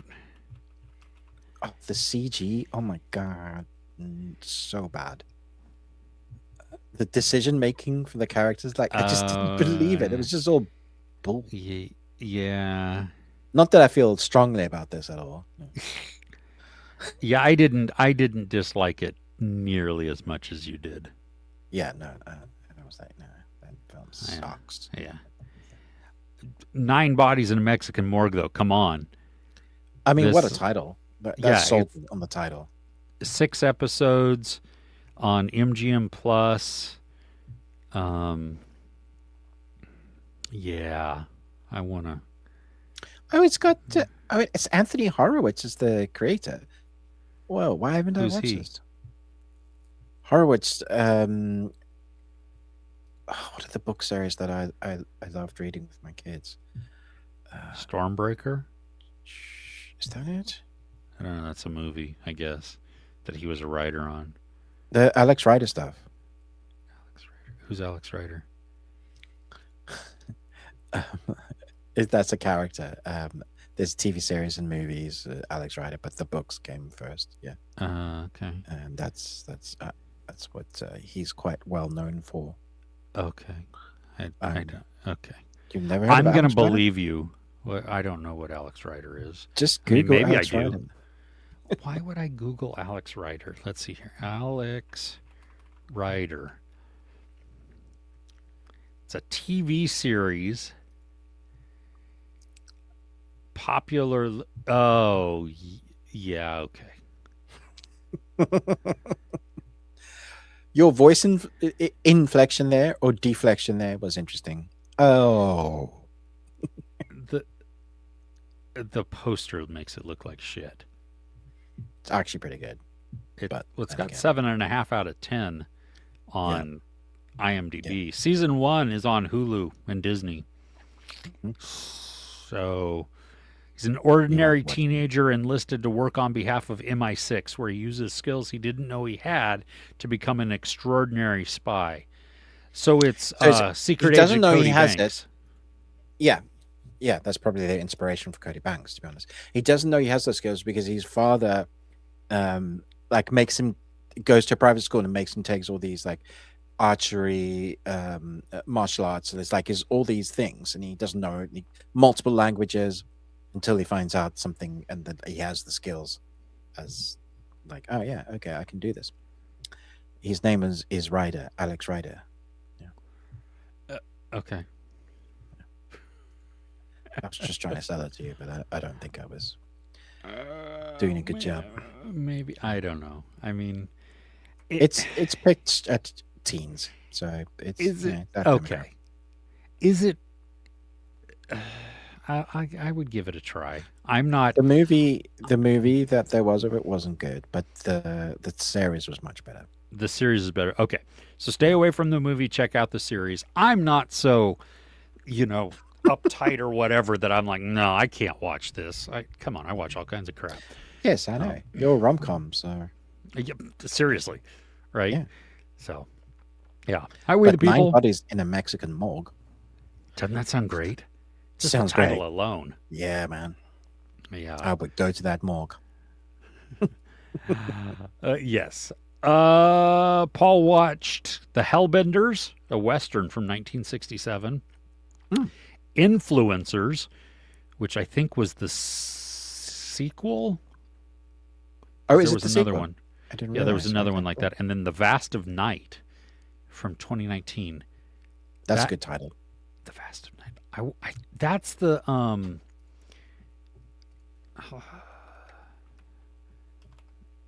yeah, it's that sci-fi that's like really subdued sci-fi alien. We saw that. Yeah. We watched that. Yeah, that's it. It was interesting. Yeah. I love the one shot. It's like this continuous take of like the cameras at the foot level as it's entering into the dance and stuff. It was just kind of cool. So, yeah. Paulus watched Jaws. Nice. Watched with your dad. Commented how the shark looks so fake. She just came into the room for a minute and wasn't. Nice. Now after being scary, sing it in the 70s. Well, yeah. Yes. Is this thing on? Right? Is that what it's called? Excited for Bradley Cooper's new movie about stand-up comedy. What's the guy's name from Babe? No, Babe. Wait, Babe. Oh yeah, him. Babe. Batman. Yes. He voices Batman. Does he really? Okay. The Rip, Night Manager season 2. Yes, very much so. Star Search. This is just crazy. I want them to just bring back all the old episodes of Star Search. I have no frame of reference for what Star Search is. Think of American Idol, but with a lot more dancing. Oh. And stuff. It was cool. I'm probably not going to watch that. Yeah. I want to say Ed McMahon was the host. Wow. Before WWE. No, not Jim McMahon. Or whatever his name is. Ed McMahon. I thought it was Ed McMahon. With Johnny Carson. He used to sit next to Johnny Carson. No, Johnny Carson, yeah. Ed McMahon, bigger guy, white hair, iconic voice. Cool. You know what I'm talking about? Yeah, no? Okay. No. Okay, fair enough. Whatever you say. Any screeners of Bone Temple? Didn't it come out this week? No. Comes out this week, this coming week. At least in the UK. Comes out like Wednesday. I want to say Wednesday.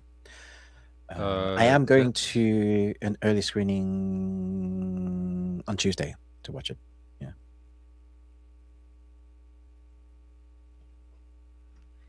Oh, that's funny. I thought we were seeing the movie tomorrow night. Oh. We're not. We're seeing it next Sunday night. Yeah, that makes sense. Which, okay. Well, that. Hello. Hi. Okay. I'm glad somebody said something. I would have shown up to the theater. It's like, where's my cinema? Yeah. Yeah. Yeah.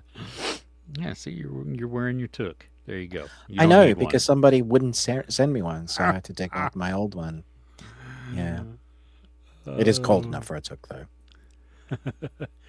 Cashback from 2006, very indie Brit comedy. I don't know if I've seen. I don't even know what that is. The Legend of the Wordsman, which was a sequel to a 1990 movie. Oh wow, okay. Jet Li was one of the main characters. Hmm. What? Oh, were you? I've seen Cashback. You have what is Cashback? It's a movie from 2006. Thank you. Yeah, you're I welcome. appreciate the. Directed by Sean Ellis. That helps as well, right? I recognize Emilia Fox. Yeah, she's a pretty famous British lady. Okay. No, I've not. Huh. Okay. Yeah. Haven't seen it.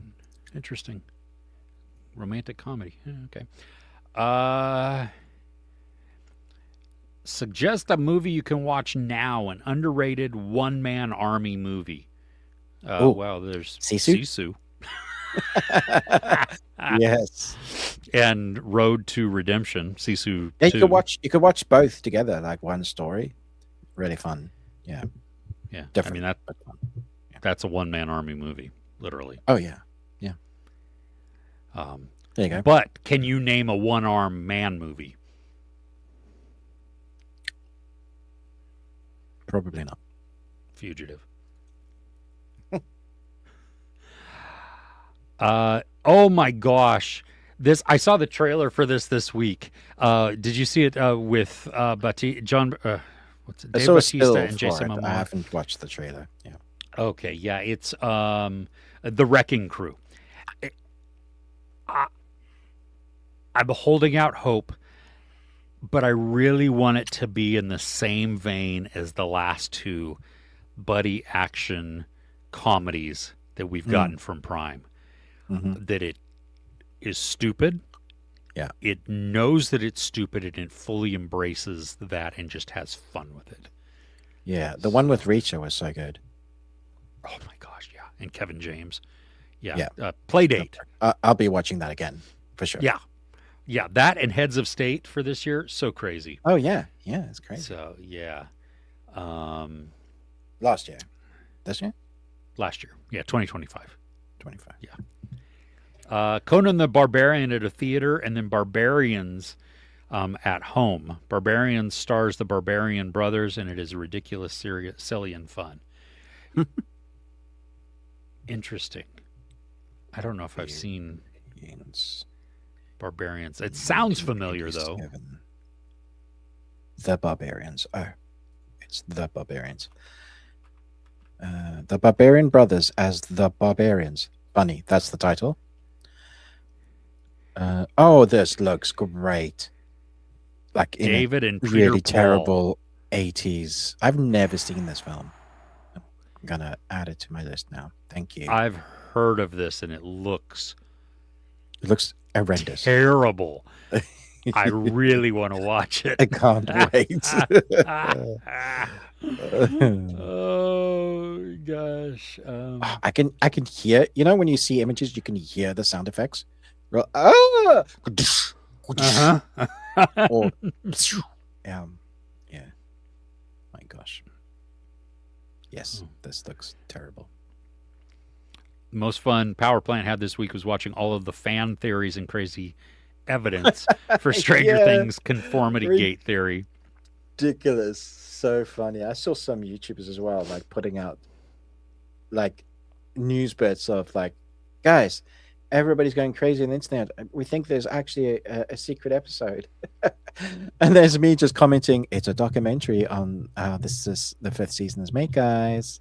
And it was like, nah, it's like cool. Live in your space. I'm sure it's fun there. Yeah. Yeah. So funny. The Following with Kevin Bacon. Ooh.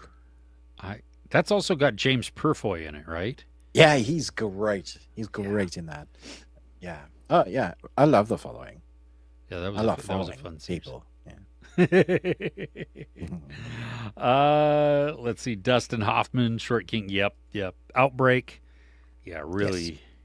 Is that how far we are back in the comments?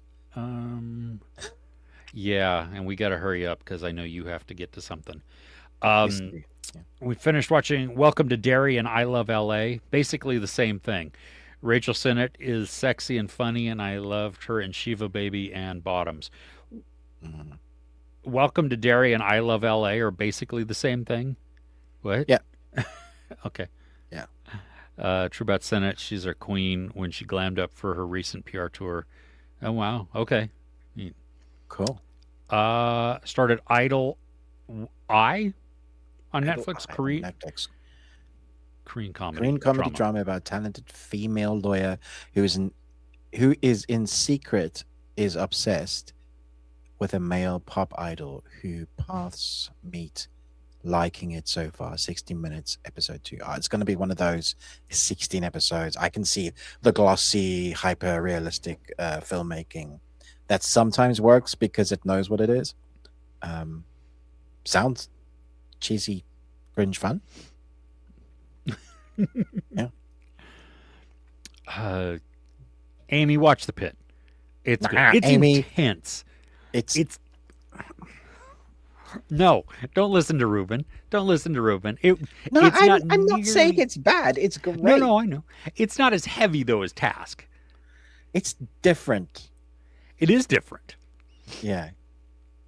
Things are different, and there are different TV shows, Amy.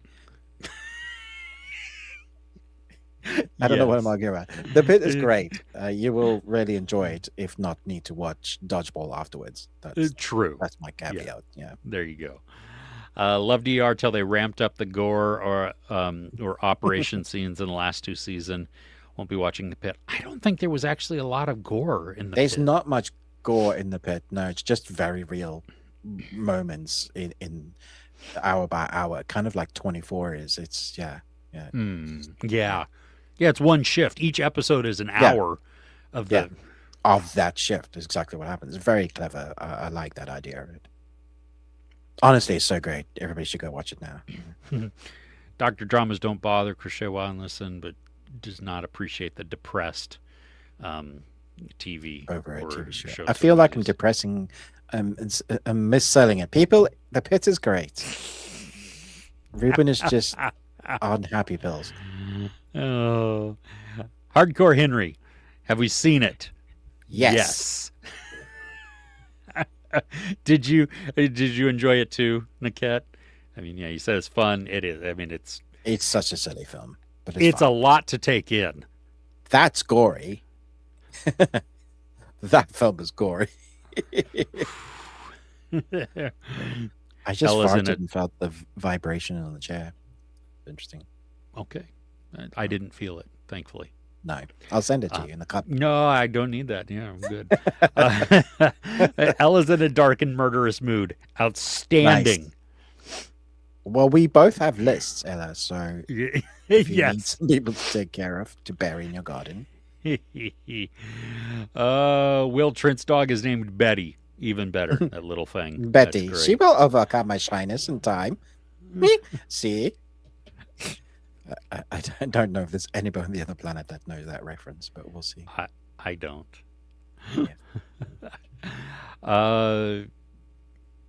Yeah. Okay. Yeah. Pacing, editing. Yeah. It doesn't. It's fast paced mostly. Yeah, it's not a slow drama. Yeah. Yeah, Task was... Yeah. Niket, check out Crank and Crank 2. Oh, great recommendation. Oh my gosh. The horse scene alone for Crank 2 cracks me up. I don't know if I've seen it. I don't know if I've seen Crank. If you've ever wanted to see horse penis... Oh. I haven't, but okay. You will in Crank 2. Yeah. Okay, good. I love how unhinged the directors are. They're literally racing around on their blades, the two brothers, on like rollerblades to get the shots they want for Crank 1 to be. That was their Steadicam gear. It's fantastic. It's crazy. Bad Channels from 1992. An alien takes over a radio station, uses the broadcast to abduct beautiful women, shrink them to doll size, and put them in jars. What in the actual hell? We're getting some doozies this week. That is I can't wait to watch some of this nonsense. Oh my gosh. Wait, I gotta write this on Bad Channels. Okay. Oh, it's on Tubi. It's on Tubi in the UK, guys. Everything is good in the world. Let's see, where is it? It's on Prime in the US. Yeah. All right. We're going to have some great viewing this week. Oh, that with Barbarians and Bad Channels. Oh my gosh, this is, yeah, terrible, terrible. Love it. Reachers 4 just finished filming. Nice. Yes. Maybe like get two giants to fight this time. There you go. Yeah. And sci-fi, silly sci-fi fun to be sure. That's awesome. Yay. That's what. Watch the Skies. Oh, you've been seeing trailers since November. Wow. Okay. Cool. Okay. That's awesome. I'm glad. I haven't seen one. Yeah, but thank you. Yeah. Ruben, how are you not used to the depression? Live on an island that sees the sun once a year and that's damp, dark, and rains almost every day. Dracula sees more sunlight than England. That's literally why. That's why. Which is why you want to come here and why we want to go to... Well, actually, I take that back. I'll go anywhere else that has sun. I'm not going to America because your country is fucked. So yeah, don't come here. Yeah. No. Yeah. Yeah. Task. Brandon started Task with his wife after watching the year-end video. Great recommendation. They're loving it. Outstanding. Nice. Very cool. Glad you enjoyed it. And Niket has already seen Crank and Crank 2. So yes, great films. Yeah. No talking if she's watching something. Yeah, I'm normally like that. I'll give my wife a look, and then I will talk, and she'll be like, "Dude." 2028 is going to be your year. Sorry. Yep, there you go. Yeah, and where do I know that guy from? Yep. Oh gosh. Okay, Blackjack is the guy's name. He was found in the first chapter of the first book. There you go. Yep. Cool. Thanks. Two cellos. Ooh, okay. I've seen like piano guys and stuff like that, and so that would be very cool as well. Sorry, what? I was just referencing Jack Black in School of Rock. They do a version of Thunderstruck. That's standard. Oh, I've seen that video then. That's great. Yeah, they're awesome. Okay, so they didn't get any snow in Dublin, but we got a week of 0 degrees. Yeah, it's pretty chilly. Wow, and then it's going to be 13 next week. So there you go. England's weather all over the place. Another movie reviewer, Thorogood, I think was his name, came up in your feed. I don't know that name. No, but yeah. Well, is this thing on? Hey Jeff, watched it yesterday. Shot really close in a more narrow aspect ratio. Huh. Hey Jeff. Okay. Very cool. Friends, Ruben's got to go, so I'm seeing. Let's see here. Oh, Jackass 5 is coming to the bo- bone bag. Bad channels. Yep, I'm going to watch that too. Yahya Mateen II's TV series adaptation of Man on Fire. I saw that this was coming out. I'm curious because Yeah. you recently rewatched Man I on did. Fire, and you Yeah. told me to just let it sit in my memory. Let it sit in your memory. Yeah. So it's a TV series. I don't know how I feel about a TV series because the story is the story. So what more could you get from it? You don't want to stretch it out for like 10 episodes, do you? Well, but if it was based on books, Oh, then true. maybe there's Okay. maybe Yeah. there's Maybe more much more. that, especially that goes into his past. Maybe That'd be interesting. you know, Yeah. So, yeah. but also like the modern techniques, the modern filmmaking. I feel like it could be good. Mm-hmm. Yeah. Learning You, Dead Man's Wire with Bill Skarsgård. Nowhere Man coming to Stars. Hijack Season 2. Okay, Oh yeah. I started watching Hijack Season 2. Have you started Okay. watching this? No. It is a whole different premise. There's a twist that comes at the end of episode 1. And I was like, Okay. oh, wait a minute. Okay. Oh, I might be interested in that then. Okay. Yeah. And I also started Ponies. And this is Haley Lou Richardson, Amelia Clark in the late 70s in Russia, What playing the the wives of CIA agents whose husbands die, and they then petition to become like agents. But they're Wow. called That sounds Ponies great. because they're a person of no interest. Because Right. nobody cares about the women. They just go Right. unnoticed and everything else. It is, some of it's a little modernized, especially the language. So Yeah. it's, whatever. But you're not going in for this for factual type of thing. It's No, it's a spy thriller series shot in the 70s. with some dark comedy in it. Nice. Okay. You've So sold me. this is I'm gonna add that this to is the also a fun one. It's weekly though. I'm not sure about. list. I mean, there's enough. They're meaty episodes, but I'm like, I don't know. So anyway, Okay. yeah. Oh, Man of Fire also has Alice Braga and Bobby Cannavale. Neat. That's going to back to binging while you grocery shop online now. Hijack and Ponies. Yes. Yeah, it's the Americans in reverse. Exactly. It's a lot of fun. I like the Americans. That was good. I haven't seen that. I need to. But this is one that, at least so far, I'm halfway through, that I'm really enjoying. So maybe it will get long in the tooth and just be stupid. Maybe it will be outstanding. Don't know yet. Okay, friends. Ruben's got to go. So thank you so much for joining us. Don't forget to like, share, subscribe. We appreciate everybody being here. All the YouTube-y stuff. We do have our Discord. It's linked in the description below. You can hop on there. Big community, lots of discussions going on of all kinds of stuff. So that's a lot of fun there. Just a different way to connect between the lives. We also have our Patreon, and just thank you to everybody who's on that. We're going to have some Swedish films coming that are going to be added to that. So we appreciate everybody there. Yep. Okay. That's it. We will see you next week. Everybody be safe.